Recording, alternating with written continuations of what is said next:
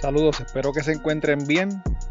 En el episodio de hoy tenemos de invitado a Anthony Cruz, quien fue agente de homicidios de la Policía de Puerto Rico por alrededor de 8 años y quien nos hablará de su experiencia como agente investigador. Recuerda que puedes apoyar este podcast a través de patreon.com/crimepodpr. También puedes suscribirte en tu app favorita para podcast si aún no lo has hecho y dejar una reseña en Apple Podcast para que más gente nos pueda escuchar. Sin más preámbulos, les dejo mi conversación con Anthony Cruz. Espero que la disfruten y que aprendan algo nuevo.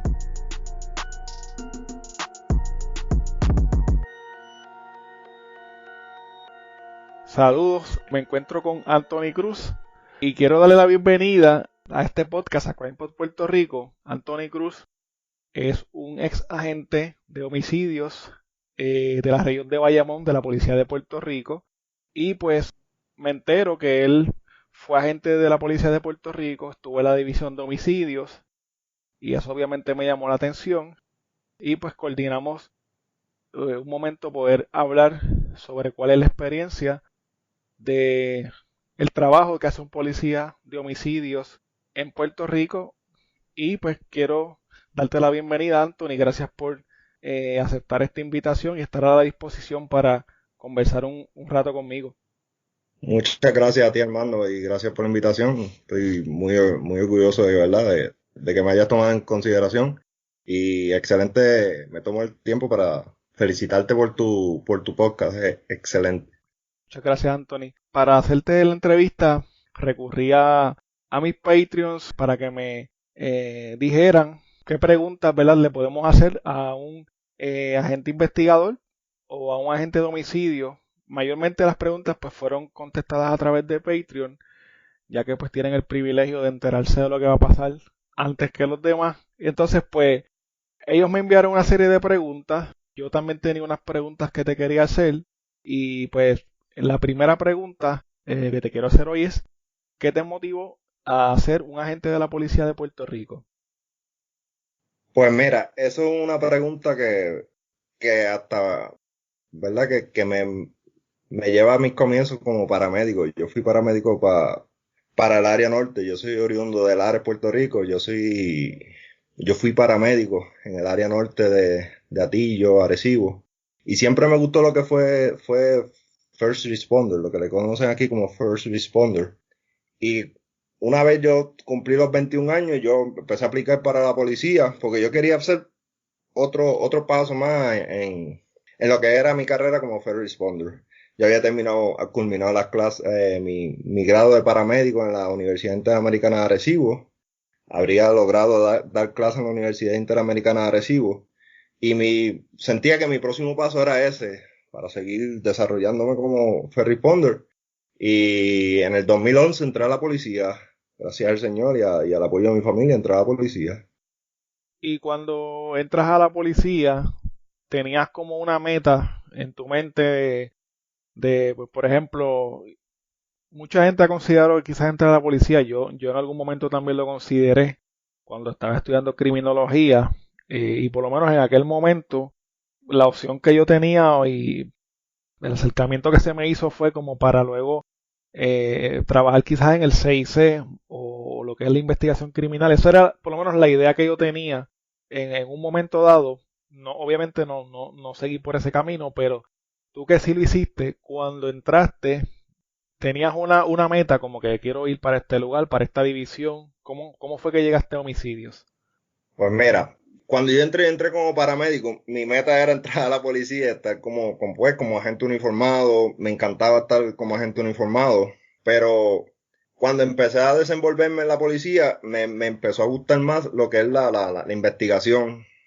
A mí lo más que me llamaba la atención era la parte de inteligencia, la parte de llamar, ¿sabes? De levantar investigaciones, levantar información para investigaciones criminales como drogas y cosas así, pero no tenía algo claro para decir, ok, voy para esta división o me voy para la otra, ¿sabes? Porque la realidad tenía 21 años, yo lo que quería era entrar a la policía. En el caso en ese caso, pues, cuando yo entro a la policía, que ya estoy en mi primer precinto, que fue Bayamón Oeste, ahí entonces que yo empiezo a desenvolverme y decir, ok, quiero esto, quiero lo otro, pero mi primer pensamiento era irme para una unidad investigativa, pero que levantar inteligencia criminal o droga o cosas derivadas de eso, no investigación de asesinato, robo, propiedad como tal. Ok, perfecto, te entiendo. Me dijiste que empezaste con lo del asunto de paramédico, first responder, pero cuando eras first responder ya mirabas hacia la policía Sí, o lo tenías de mente cuando eras pequeño, pensaste como, "Ah, quiero ser un policía o... yo cuando estaba en la high, yo sí pensaba en la policía, tengo primos que son policías, son gente con rango en la policía, y siempre los veía a ellos, o sea, como que, caramba, me gustaría ser como ellos, pero no era un pensamiento de decir, quiero ser policía. A mí me dice, o sea, mi pensamiento era hacer algo más, ser algo más, ser un buen investigador o un buen first responder. Y siempre los veía a ellos con admiración. Oye, que tenga familia policía, entiendo que tiene que admirarlo porque no está fácil. Pero sí, siempre desde la high, siempre veía ese campo de first responder, servicio público o militar. Siempre lo veía con buenos ojos y en mi primera opción. Sí, que siempre estabas pensando en algo con ese tema, relacionado a ese tema, ya sea first responder, militar. Ya tú estás dentro de la policía. ¿Qué comienzas a hacer, verdad? Cuál es tu primer trabajo en la policía? ¿A dónde es que te asignan? ¿Y cómo llegaste finalmente a la división de homicidios? En el primer precinto que a mí me asignaron fue el precinto de Bayamón Oeste. Ese precinto cubre lo que es el área casi sur, el área oeste, como dice el nombre, ¿verdad? Oeste, el área de Barbosa, el área de... Tiene aproximadamente como 7 residenciales, si mal no recuerdo. Pues, al principio me asignaron Juki al fin con otra persona con más experiencia y siempre era patrullaje preventivo, querella, accidentes, boletos, persecuciones. Bayamón Oeste es un excelente precinto, ¿verdad? Para aprender. A mí me encantaba ese precinto. Siempre es ese, como le dicen por ahí, mi alma mater, porque tenía residenciales que el mismo Barbosa fue residencia que Angelo Millones tenía, como quien dice, control en sus tiempos. Y era un sitio donde aprendías mucho. Tenías mucho tipo de personas diferentes de todas las estratas sociales, rico, con dinero, media alta, media baja, baja, o sea, tenías de todas las estratas sociales y aprendías mucho. Cuando yo estaba en la academia, el que estaba a cargo de la disciplina, para ese momento en el 2011, la disciplina tenía la unidad de operaciones tácticas en la academia. Y el que estaba manejando, para ese tiempo sargento, en el tiempo en que yo entraba a Bayamón Oeste, estaba a cargo de homicidios, Bayamón. Sabe que nos conocíamos desde la academia. Yo logré cubrir una escena con él. Me acuerdo que esa escena fue el hijo de Chino Valencia, que tú tienes que conocerlo porque escuchaste sabes, tú hiciste la parte de las masacres de Pájaro y de la Tómbola. Y el hijo de Chino Valencia en esa escena, yo lo cubrí o sea, y ese teniente en ese tiempo, era el teniente Cordero, me preguntó, me dijo, mira, ¿tú quieres venir para homicidio?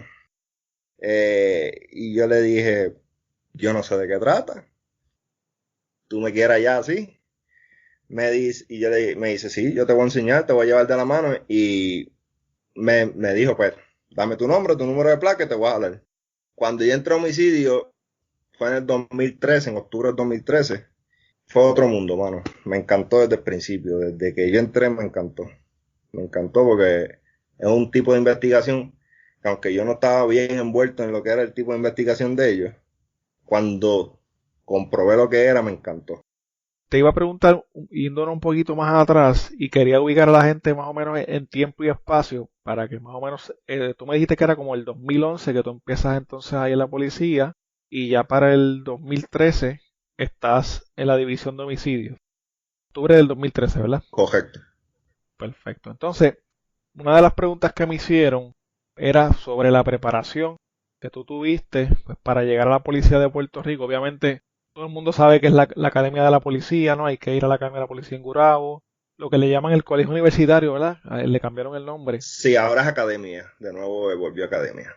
Volvió a Academia. Sí, sí. Es que con cada administración pues le van cambiando las cosas. Sí, para el tiempo sí, esa es la ambivalencia, ¿verdad? Lamentablemente política, pero para el 2011 yo estaba en lo que era el colegio universitario, para la policía, el colegio universitario de justicia criminal. Para ese momento ellos estaban acreditados con la Mini States para conferir el grado asociado en ciencias policiales. Yo tengo el diploma de ciencias policiales.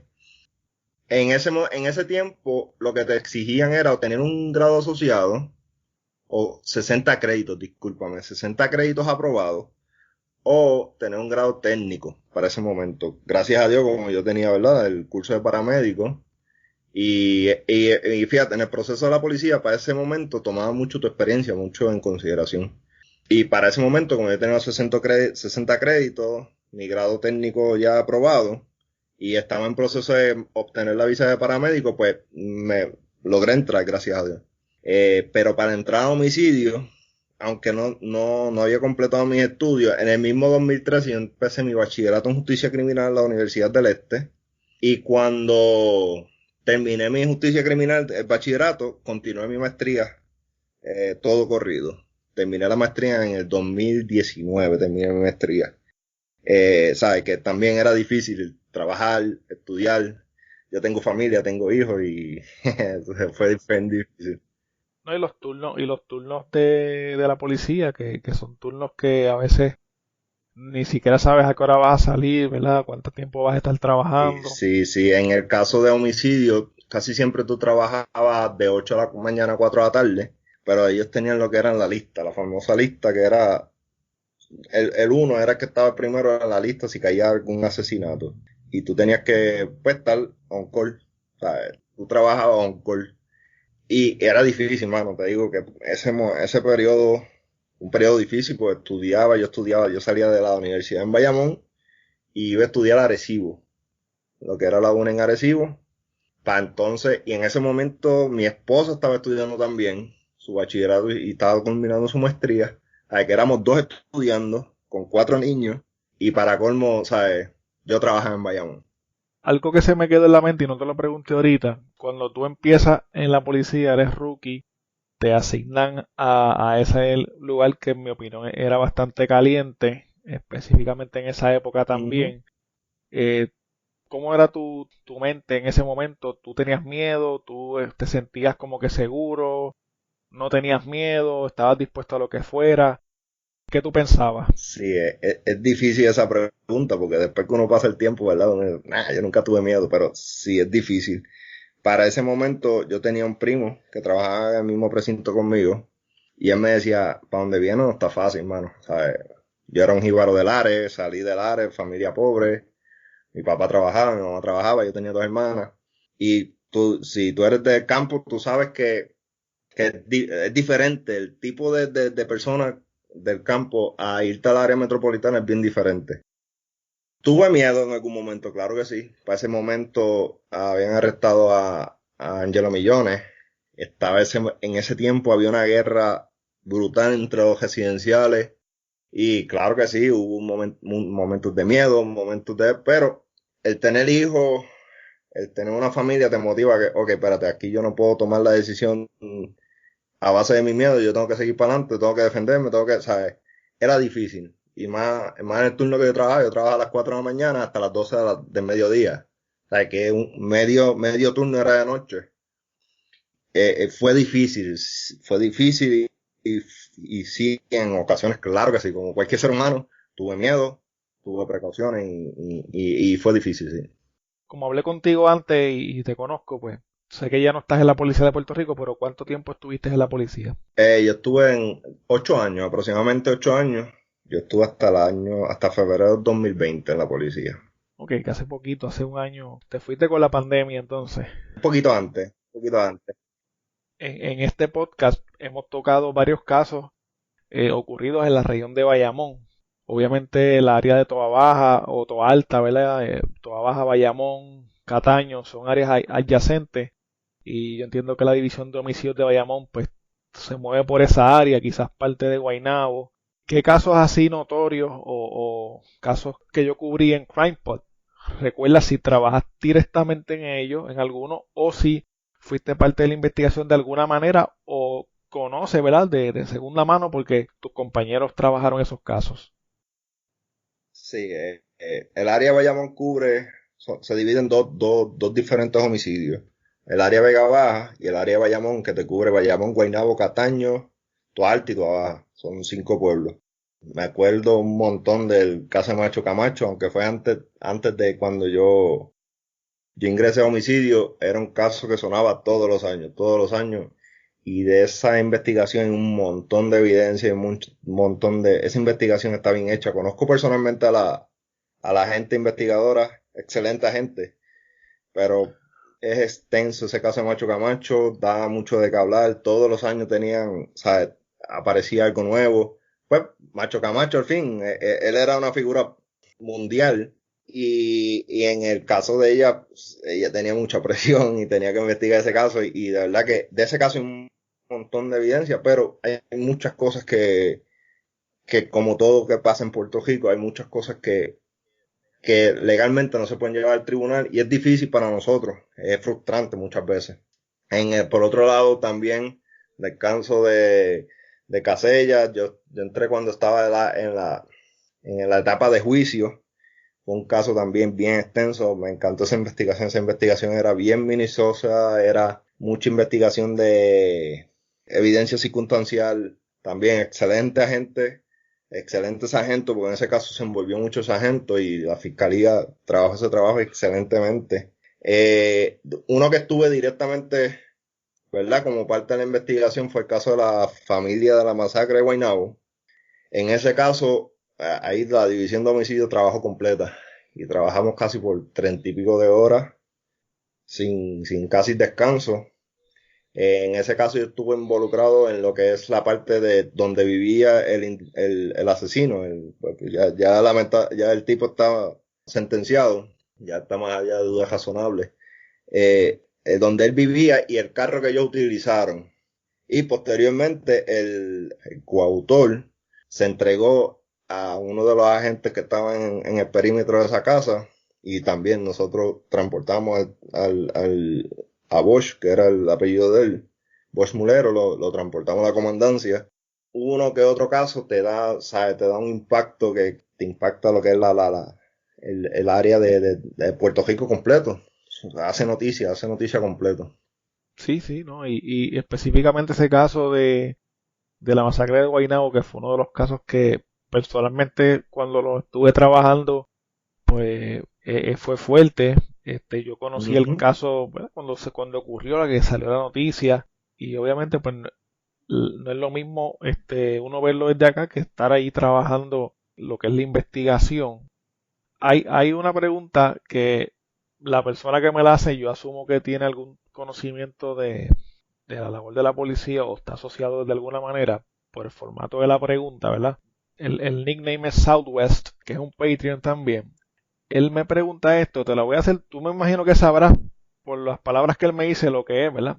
¿Cómo evitabas y lidiabas con la quemazón de las escenas y si llegaste a usar la técnica de tirar tu tarjeta de trabajo en una escena?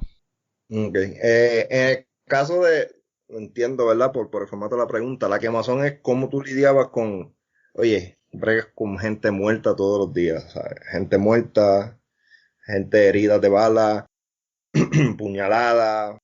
La quemazón lo que se refiere es cómo tú psicológicamente, entiendo yo, ¿verdad? Trabajas esa parte que no te afecte como persona.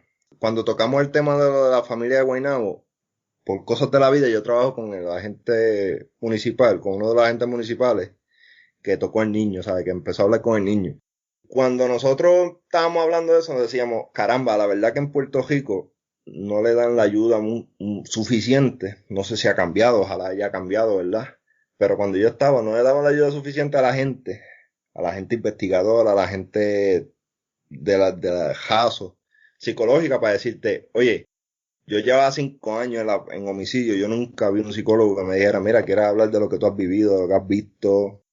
¿Cómo te puedo ayudar para que no pierdas la sensibilidad? ¿Sabes? Porque tú estás bregando con gente muerta. Llega un momento en que tú pierdes tu sensibilidad de decir, ok, pues es un ser humano, afecta, pero ya tú creas una coraza para que no te afecte demasiado. Porque tú tienes familia, tú tienes que autoprotegerte. ¿Y cómo yo lo bregaba? Mano, había veces que yo decía, ok, hice esto overtime. En el tiempo en que la policía quería pagarme el overtime, agarraba ese dinero, me perdía con mi familia, ¿sabes? Me iba con mis hijas, me iba con mi hijo, me iba con mi esposa y trataba de desconectarme o conseguíamos un parador o algún tipo de hotel que lo que hiciera era que me perdía con mi familia, trataba de despejarme con mi familia, irme para la playa, tratar de trabajar lo que era el tiempo de calidad, mano, porque de verdad que te quemaba, de verdad que la unidad de homicidio muchas veces te quemaba y te quemaba, te daba muchas frustraciones, porque no eran 8 horas, eran más habían veces que tú estabas en tu casa y un familiar de una persona fallecida te llamaba, mira, ¿qué ha pasado con la investigación? Y ahí tú tenías que acordarte, tenías que hablar con la persona, tranquilizarla, decirle cómo iba la investigación, ¿verdad? No dándole detalles, pero dándole lo que iba en el macro. Y, mano, la verdad que era difícil. Ese calentón, como dice él, era bien difícil, ¿sí? Y lo que él me dice de la técnica de la tarjeta, ¿qué es eso?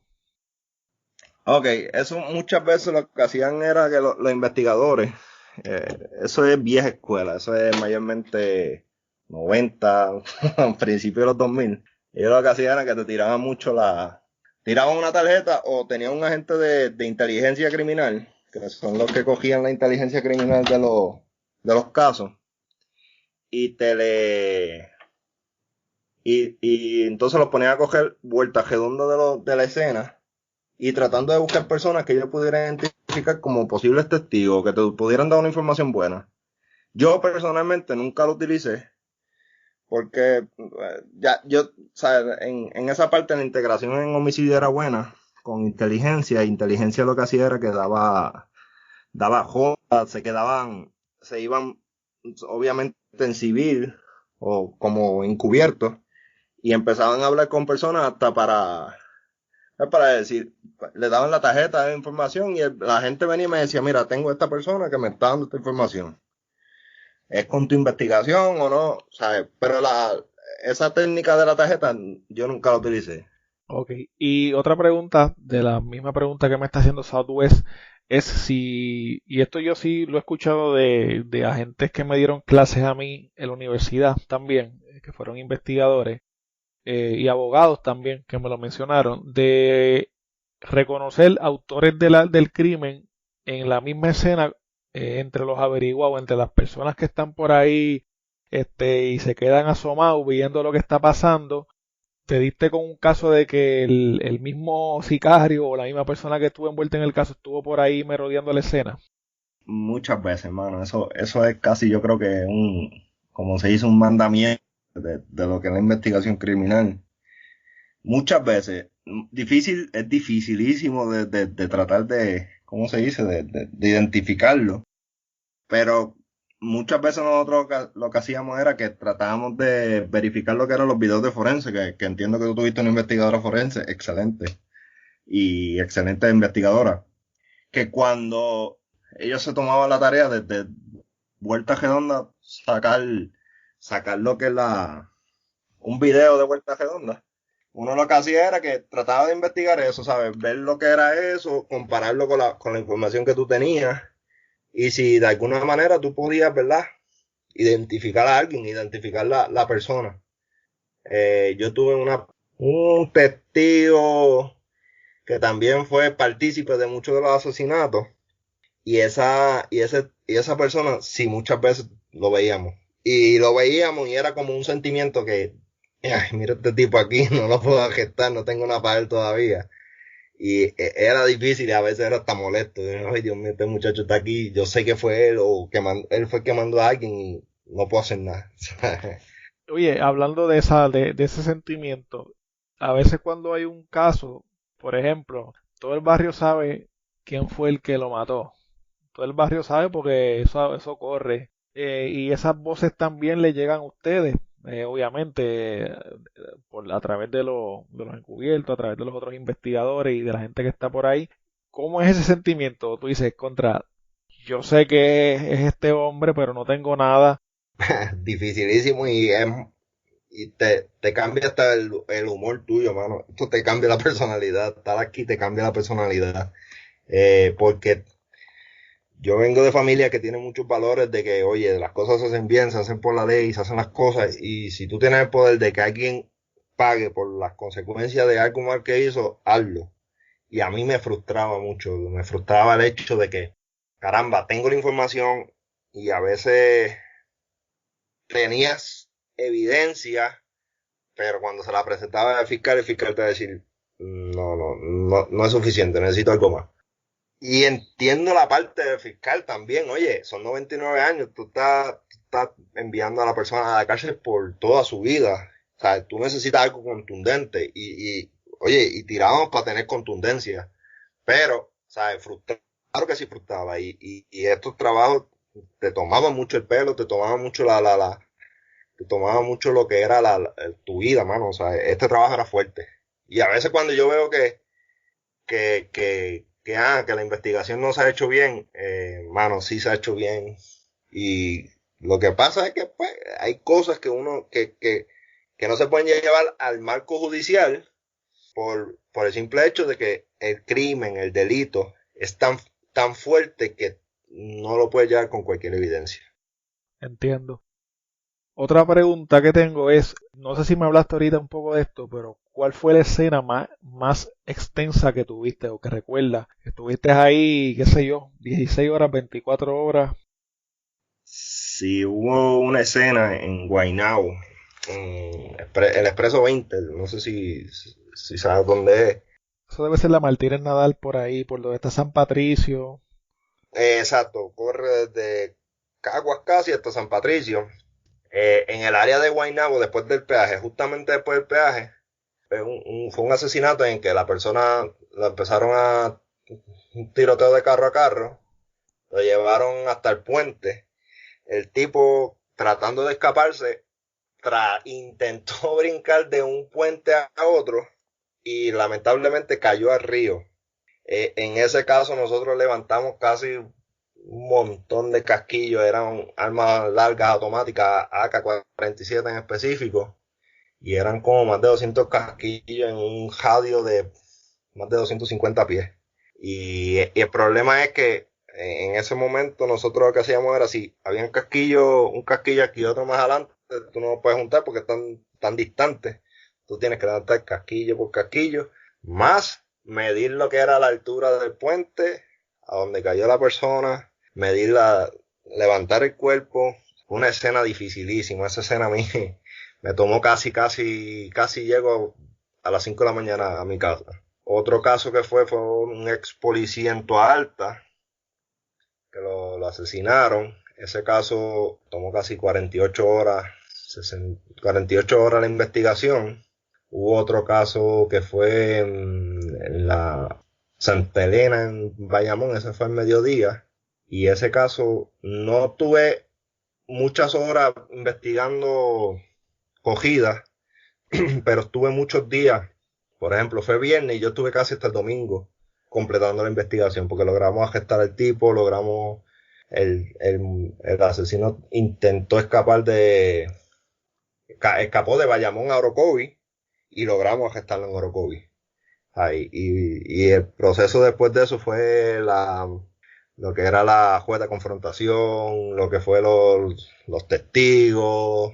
En ese caso yo tenía familiares que eran testigos no fue corrido, pero, ¿sabes? Fueron muchos días después del asesinato, pues ya que la información cogió muy rápida, gracias a Dios. Excelente. Y, por ejemplo, hubo casos que tú investigaste que no se pudieron resolver, ¿verdad? Por las razones que me dices, no se pudo radicar, etcétera.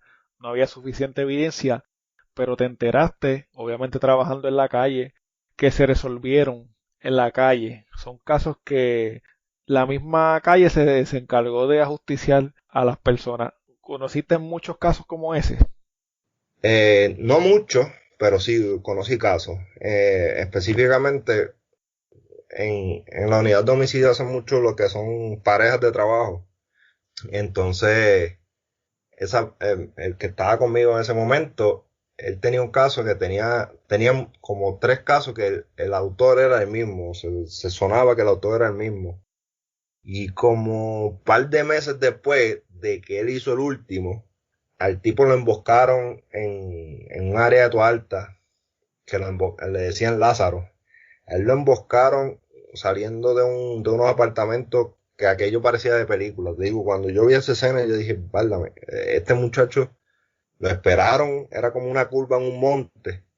Le esperaron esa curva, al tipo le dieron como más de 100 y pico de tiros. Y era porque el individuo era bien agitado, ¿sabes? Él, si tú le dabas el de sacar el arma, era bien loco. Y en ese momento no le dieron el break. Y ese muchacho lo ejecutaron de una manera, pero una emboscada, te digo, fue una emboscada. Y son casos, sí, muchas veces es que me pasó una vez que apareció una muchacha quemada, al otro día tirotearon en el que supuestamente había. Esas historias tú las escuchas múltiples veces, la mayoría de las veces. No todo el tiempo te miran en el autor muerto, pero sí muchas veces ¿Lo castigan de alguna manera? sí, porque muchas veces son por tráfico de drogas. Entonces, cuando ya tú ves que esa misma persona te está calentando el punto, ya te está calentando tu organización, muchas veces hasta los mismos de ellos le dicen, mira, ya vamos a darle el dedo porque este tipo me va a dañar mi negocio. Al fin del día es un negocio para ellos. No, claro, sí, obviamente es un negocio y es lucrativo, por eso es que están ahí, dinero fácil, dinero rápido. Una pregunta que sí te quería hacer, esta pregunta se la hice al licenciado Soto Daracuente y te la quiero hacer a ti porque también de los policías se dicen muchas cosas en la calle. Al igual que de los abogados se dicen muchas cosas, pues de los policías hay muchas cosas que se dicen que quizás pues no son correctas, son unas percepciones que las personas pueden tener. ¿Qué tú me dirías de eso? Algunos mitos, algunas cosas que la gente dice, los policías esto, los policías lo otro, que tú quizás te lo tomas o te lo tomabas personal o decías, es que esto no es cierto y quizás te frustraba o te molestaba. Sí, hermano, mira, partamos de la premisa de que los policías siempre le decían que si tú entrabas a la policía era porque era o era poco capacitado en la escuela, vamos a ponerle así. Ujú. Para no decir Y otra palabra. exacto, poco capacitado en la escuela o porque no tenía más oportunidades y era tu último choice. Yo te diría que más del 75% de la policía es profesional. Partamos de que el mínimo es un grado asociado. Eso es un mito. El mito de que el agente investigador parte de las series esta de NCSI, CSI, Las Vegas, CSI. Lamentablemente hay cosas en las escenas que uno no las puede levantar o si las levantan no te sirven para nada, ¿sabes? Son cosas que, pues sí, está chévere, levantaste la huella de un zapato, ¿cuántos zapatos yo tengo en este mundo? Exacto. Porque pueden ser compatibles. Oye, te ayuda, pero, ¿sabes? Nosotros no podíamos investigar un caso en menos de 24 horas. Era difícil. Y si lo hacíamos era porque teníamos múltiples evidencias, múltiples testigos. Y lamentablemente en Puerto Rico, si tú no tienes un testigo directo, tú no puedes someter el caso porque el fiscal no lo tomaba en consideración. Y es teniendo el testigo, muchas veces el fiscal te decía, pero este testigo es un delincuente. Y, ándale, no tengo más nada que hacer porque están entre ellos, mayormente eran coautores. O sea, era difícil para nosotros y nos frustraba un montón, mano. Te digo que a veces yo llegaba a casa y mi esposa me decía, oye, quítate la chaqueta y olvida lo que pasó. Quítate el Exacto. chaleco y báñate y come y Y era tranquilízate. difícil. Sí, porque era difícil ¿sabes? El mito de que la investigación en Puerto Rico es vaga, mano, yo te tengo que decir, yo trabajé 5 años con excelentes agentes de homicidio y ninguno son vagos, mano. Te digo, son agentes comprometidos, agentes que dan, no la milla extra, Armando, a veces te dan el triple de lo que ellos quisieran hacer. Pero lamentablemente, pues, por cosas pues, de la misma policía, de la misma agencia, de las frustraciones, el sistema de justicia. Yo soy de los que pienso que el sistema de justicia debería ser reformado. Pero es mi percepción, ¿sabes? Eso es. Pero eso de que los policías son vagos o que eso, que no llegan, bueno, el día a día es diferente. Y ¿Y por eso yo, tú crees que hay una dejadez en el sentido por decir, mira, es que todos los días matan a dos o tres en Bayamón, todos los días matan a uno, todos los fines de semana matan a siete? Y es como que, otro más, otro más, otro más. O sea, llega a ver esa mentalidad de que se convierte como en una rutina, de que otro asesinato más, pues no, mm, se le oye, pierde importancia o qué sé yo, relevancia. sí, ese sentimiento, por lo menos yo no lo percibí. Lo que te puedo decir es, ok, nosotros sí sabíamos que, por ejemplo, a raíz de una posible muerte podían haber una secuela porque este era el hermano de tal, y entonces y sabíamos eso. Pero, un muerto más, pues, vamos a tirar, no, o sea, por ejemplo, en mi caso y en el caso que yo conozco de mis compañeros, ellos siempre le daban importancia, tocaban el caso, hacían sus informes mensuales. Mire, este caso, pues la información no me tocó, no me ha llegado más nada, pero estamos moviendo otros ángulos, manteníamos a los familiares casi siempre, ¿verdad? Tratábamos de mantener a los familiares informados, ¿sabes? Porque, oye, perdieron su familia y es difícil, pero es difícil, mano. Yo me fui cuando yo me fui a un homicidio, yo entregué casi 39 casos en 5 años. ¿Sabes? Que es difícil, es fuerte para nosotros. Y había veces que te preguntaban de un caso de momento y tú decías, espérate, déjame buscar mis notas porque no me acuerdo. Pero no era porque no le prestaba atención, era porque eran tantos o porque el volumen era tanto que había veces que nosotros tenemos que refrescar la memoria como somos seres humanos, ¿sabes? Tenemos que refrescar la memoria, estudiar el caso y sentarnos. Hay una pregunta bien interesante que me hicieron, y la pasé por alto, pero quiero volver de nuevo a esa pregunta. Tú entraste a la policía en el 2011. El 2011 y el 2012 fueron los años más violentos de Puerto Rico estadísticamente en cuanto a asesinatos, ¿verdad? Ocurrieron unas cosas que lo cubrí yo un poco en los episodios de Narcos PR, ¿verdad? En la parte 1 y 2, donde estaban estos, ¿verdad? Narcotraficantes capos como Alex Trujillo, que salió los otros días, como Junior Cápsula, que salió también, y Angelo Millones el Buster, que es de tu área o de la área donde tú trabajabas o comandaba esa área, todavía él no ha salido. Y esa caída de esos capos provoca, o la percepción de la gente y hasta mía quizás, fue que provocó un reguero en la calle, un revolú, un desorden, un descontrol, digamos, que incrementó, ¿verdad? El crimen en esa región, se volvió loco la gente tratando de ocupar esos espacios. ¿Tú crees que cuando estaba, por ejemplo, Angelo Millones en la región de Bayamón controlando, había más tranquilidad, había menos asesinatos, o eso también es otra falacia? Mira, cuando estaba para el tiempo de Año de los Millones, no sabría decirte, porque el tiempo de Año de los Millones fue justamente cuando yo entré.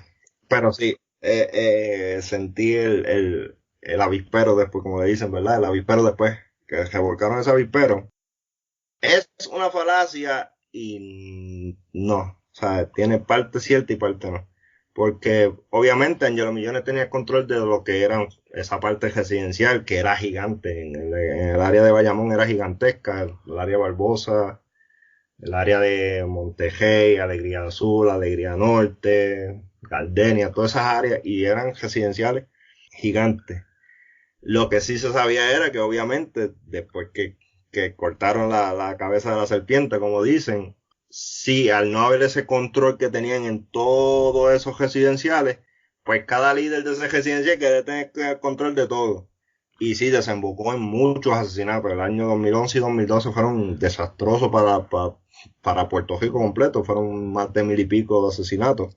Y es parte cierto, parte no, porque antes de que arrestaran a Angelo, habían asesinatos, había muchos asesinatos también, pero en ese caso, pues eran por quejas entre puntos, o quejas, o sea, ya en el caso de cuando arrestaron a Angelo fue por el control de todo lo que él tenía, de reinado, por decirlo así, de reinado que él tenía. A mí para mí era más difícil porque para ese momento yo estaba entrando a la policía y habían tiroteos a cada rato, o sea, los tiroteos que no se conocían, los tiroteos de las 12 del mediodía, los tiroteos de que, vi al que quería asesinar ayer que no pude, pues voy a tirarle hoy de nuevo. Y sí, en esa época del 2005-2010, aunque yo estaba fuera de la policía, se escuchaba un montón, o sea, yo escuchaba en la noticia cuando eso, tú podías exprimir el nuevo día y era sangre. ¿Por qué saliste de la policía de Puerto Rico? Si fue, y si es una decisión personal, no me la tienes que decir obviamente, pero me puedes decir, pues fue una decisión personal, fue que pues, quise buscar algo mejor, y qué haces actualmente, qué me pudieses contar, si se puede, ¿verdad? De lo que estás haciendo en estos momentos. La decisión, mayormente lo que le pasa mucho a la policía, sueldos bajitos. Para el momento en que yo fui, lo más alto que hice en la policía fueron $36,000 al año, con todo y horas extra. Tú sabes que la situación del overtime en la policía, eso era cuando el gobierno tenía el dinero, ahí era que te pagaban. La decisión también fue, pues yo terminé mi maestría en el 2019. Yo había intentado entrar a la agencia que estoy, yo estoy en el US Customs and Border Protection. Yo había tratado de entrar en 2018, el proceso por alguna razón se me cayó y pues una vez saqué la maestría dije, pues vamos a intentarlo de nuevo. Si cayó, pues muy bien.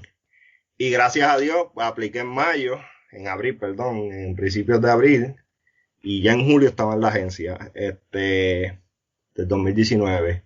Y mano, las razones, yo amo la policía, mi policía es mi alma mater, es la mejor policía, yo te puedo decir, de la nación. Pero lamentablemente las condiciones de trabajo son paupérrimas, son difíciles y entiendo que han mejorado, qué bueno, ¿verdad? Ya yo estoy en otra agencia y entiendo que han mejorado, pero si quieren motivar más policías, si quieren echar para adelante más policías, tienen que mejorar las condiciones de trabajo, porque si no, no van a echar para adelante. Actualmente yo estoy en el US Customs and Border Protection, como te dije. Estoy en el área de Arizona, entre la frontera de Arizona y México. Muchos policías acá, hay demasiados policías. Como te comenté, está el ex agente de la municipal de Guaynabo, que está conmigo aquí. Y es otra dinámica, totalmente diferente. Acá obviamente el salario es inmensamente diferente. La realidad es que pues el trabajo es buenísimo, no es difícil, es cómodo, pero también tiene sus cosas, tiene sus cositas buenas. Claro, no, no. Y me imagino que ahí pues tienes que lidiar con otro tipo de crimen y quizás otro tipo de persona, ¿no? Otro tipo de mentalidad o de forma de trabajar o de operar. Sí, acá, obviamente, tú una agencia federal, yo trabajo como tal en el puerto de entrada. Puerto de entrada lo consideran como todo lo que venga internacional, sea por aire, mar, tierra, es puerto de entrada. Yo trabajo en el área entre Arizona y México, como te dije. Nosotros puertorriqueños somos bendecidos que no sabemos qué es lo que pasa en estas áreas, mano. Porque es difícil, de verdad que la situación económica allá es difícil, es diferente, totalmente diferente. Y el delito, nosotros trabajamos mucho con gente que se introduce droga, o sea, y es fuerte eso, mano, cuando tú ves eso. Y es por la necesidad, no es más nada, o sea, es porque es el dinero.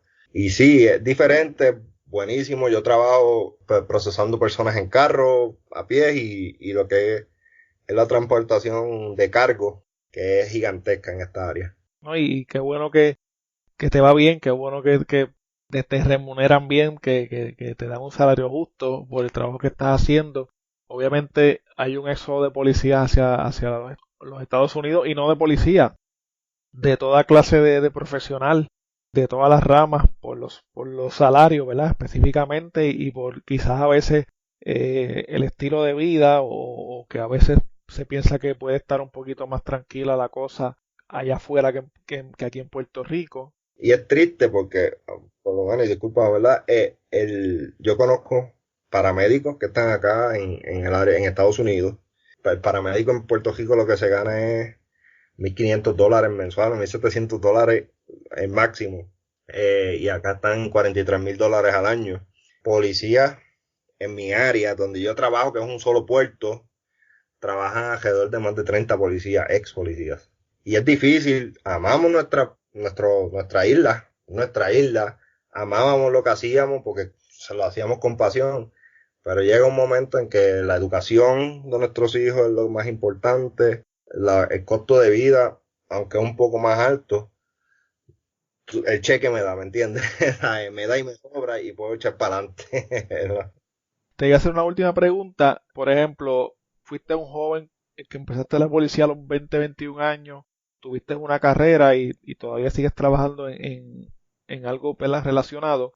¿Qué tú le dirías a un joven puertorriqueño que quizás esté escuchando CrimePod y tenga ese interés de servir a través de la policía, ya siendo un agente de la policía o un agente de homicidio o cualquier otra división de narcotráfico? ¿Qué tú le recomendarías? ¿Qué consejo tú le darías? La primera recomendación que le daría, obviamente, hágalo, traten de hacerlo lo más joven posible, entren a la policía lo más joven posible. Si pueden estudiar en ese proceso de 18 a 21, háganlo, estudien, traten de maximizar lo que puedan agarrar en cuestión a grados de universidad, háganlo. No importa, háganlo. La policía obviamente está en un proceso, llevó a la policía un proceso de transformación que lamentablemente yo no pude aguantarlo, ¿verdad? Pero está en un proceso de transformación que yo lo estoy viendo que en algún momento va a llegar para bien, va a terminar en algo bueno, porque lamentablemente van a tener que subir el sueldo, no importa que, lamentablemente van a tener que subir la calidad de trabajo, van a tener que subirlo. Si te interesa, tírate, hazlo, la policía te necesita, incluso te necesitan las agencias federales, te necesita todo el mundo, cualquier persona que quiera ayudar al prójimo, se necesita, no importa en dónde. Y sí, hazlo, estudia, echa para adelante, no tomes la criminología como, no, tómalo en serio. Yo lo tomaba, yo aún tomando mi maestría, yo lo tomaba como si yo fuera un ignorante completamente y yo tenía que aprender ahí. Hágalo y echen para adelante. La policía necesita jóvenes, porque lamentablemente la alta jerarquía ya se está yendo y necesitan mente fresca, mente que innoven, que metan la tecnología, porque el problema mayor de la policía es que no tiene tecnología. Muchas gracias, Anthony, por esas palabras, por ese consejo, que sé que es muy sincero y sé que mucha gente que te escuche pues lo va a tomar en consideración. Así que te agradezco en sobremanera el tiempo que has estado aquí conmigo y has sacado de tu tiempo, ¿verdad?, para compartir con nosotros, con los oyentes de CrimePod. Y espero que haya sido una buena experiencia para ti, que te haya gustado. Y no sé, algo más que quieras decir. No, te tengo que extender las gracias, ¿verdad? Porque darme este foro, o sea, muchas veces nosotros queremos expresarnos en cuestión de lo que es la investigación y todas esas cosas y te lo agradezco.